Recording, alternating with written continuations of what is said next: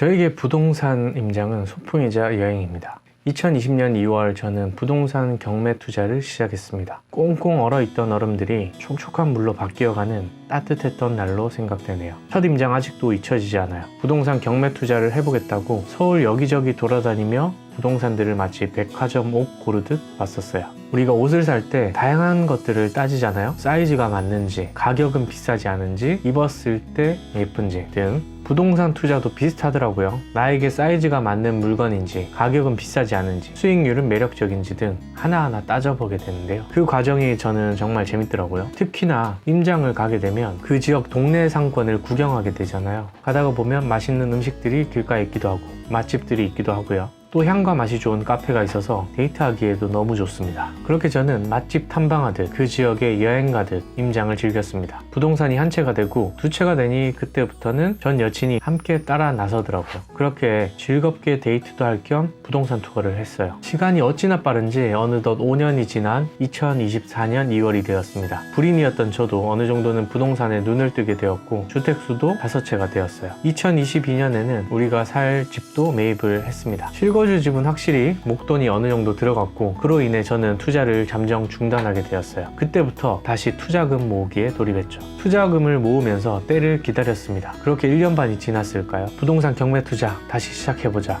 라는 마음이 생겼고 2023년 12월부터 미친듯이 임장을 하고 법원에 입찰하러 다녔습니다. 그런데 결과는 생각보다 좋지 못했어요. 총 8번을 입찰했지만 모두 폐차례 고배를 마셨고 전 9번째 입찰에 도전하게 됩니다. 그리고 서울에 있는 빌라 임장을 떠났어요. 제가 봤던 물건은 서울 수유동에 있는 반지하 빌라였습니다. 앞으로 3일 뒤 경매 입찰일이었기에 저는 꼼꼼히 이것저것 살폈습니다. 특히 반지하 물건은 누수, 역류, 곰팡이 등에 조금 더 취약할 수 있어서 눈에 불을 켜고 봤네요. 제가 특히 구축 빌라를 임장할 때 체크하는 것들이 있는데요. 투자하고자 하시는 분들은 아래 내용은 반드시 체크해 보시면 좋을 것 같아요. 첫 번째로 지하철, 마을버스 등과의 접근성을 체크해 봅니다. 제가 물건을 볼 때 가장 먼저 체크하는 부분이에요. 지하철역과 도보 최소 15분 이내로 갈 수 있는지를 봅니다. 역과의 접근성이 좋다면 수요적인 측면에서 확실히 메리트가 있는데요. 만약 지하철과 거리가 조금 있다면 마을버스가 주변에 있는지 체크해 보세요. 요즘엔 환승체계가 잘 되어 있어서 마을버스만 가깝다면 베스트는 아니지만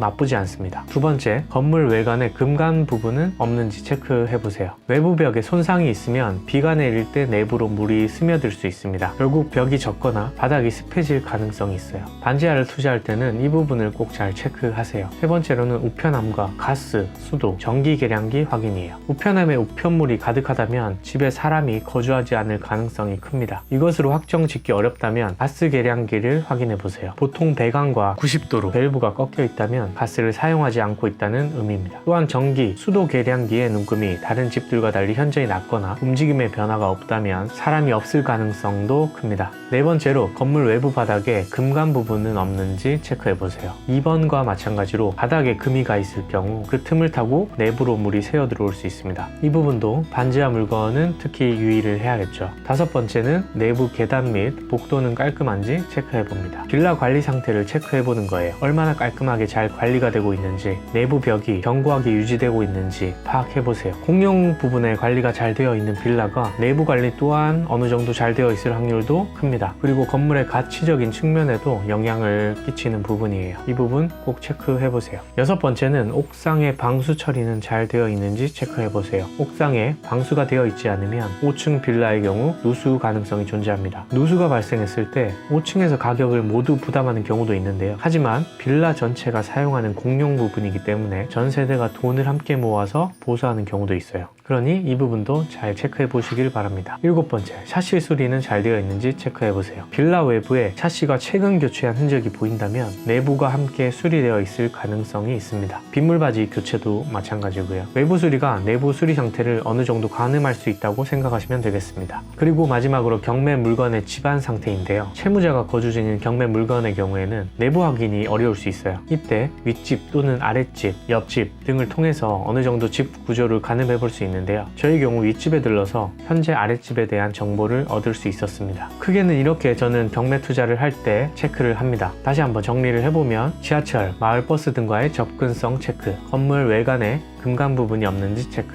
우편함, 가스, 수도, 전기 계량기 확인, 건물 외부 바닥에 금간 부분은 없는지 체크, 내부 계단 및 복도는 깔끔한지 체크, 옥상에 방수 처리는 잘 되어 있는지 체크, 마지막으로 샤시 수리가 잘 되어 있는지 체크해봅니다. 임장은 이렇게 마무리되었어요. 마치 초등학교 때 떠났던 소풍처럼 뭔가 가슴이 몽글몽글했습니다. 투자할 집도 보고 주변 맛집을 찾아서 국밥도 한 그릇 먹으며 시간을 보냈네요. 너무 기분이 좋더라고요. 아, 부동산 투자는 내가 정말 좋아하는구나 라는 걸 다시 한번 느꼈던 시간이었어요. 이 물건은 꼭 내 집으로 만들고 싶다 라는 생각을 마음에 품은 채 집으로 복귀했습니다. 그리고 드디어 기다리던 입찰 당일이 되었어요.